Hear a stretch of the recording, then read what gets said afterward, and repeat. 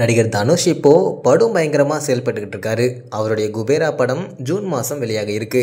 இது தவிர 8 படங்கள் தனுஷ் கைவசம் இருக்கு. அதனால அடுத்த 3 வருஷங்களுக்கு தனுஷ் படம் அடுத்தடுத்து வெளியாக இருக்கு. முதலாவதா தனுஷ் இயக்கி நடிச்சிருக்கும் படம் தான் இட்லி கடை.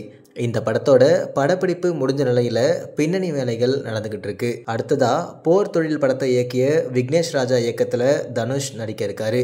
இதையடுத்து அப்துல் கலாமுடைய வாழ்க்கை வரலாற்றில் தனுஷ் நடிக்க இருக்காரு. இந்த வாய்ப்பு அவருக்கு கிடைச்சது திரைத்துறையில் மிகுந்த மகிழ்ச்சி கொடுத்திருக்கு.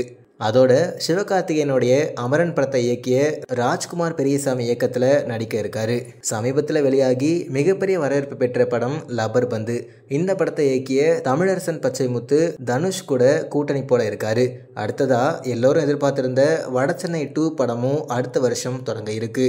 வெற்றி கூட்டணியான வெற்றிமாறன் மற்றும் தனுஷ் மீண்டும் வடசென்னை 2 படத்தின் மூலமா இணையறாங்க.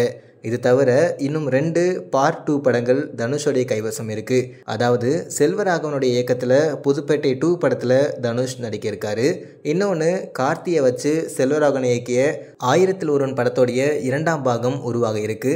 இதுலையும் தனுஷ் தான் கதாநாயகனாக நடிக்கிறாரு அப்படிங்கிற தகவல் வெளியாகி இருக்கு. இதனால தனுஷோடைய ரசிகர்கள் அடுத்த 3 வருஷத்துக்கு நாங்க தான் அப்படிங்கிற மாதிரி பல விஷயங்களை தெரிவித்து வராங்க.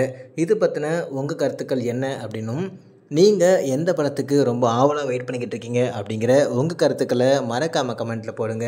இதை மாதிரி மேலும் பல விஷயங்களை உடனுக்குடன் தெரிஞ்சுக்கணும் அப்படின்னு நினச்சிங்கன்னா மறக்காமல் ஃப்ரூட் மிக்சர் சேனலுக்கு சப்ஸ்கிரைப் பண்ணுங்கள்.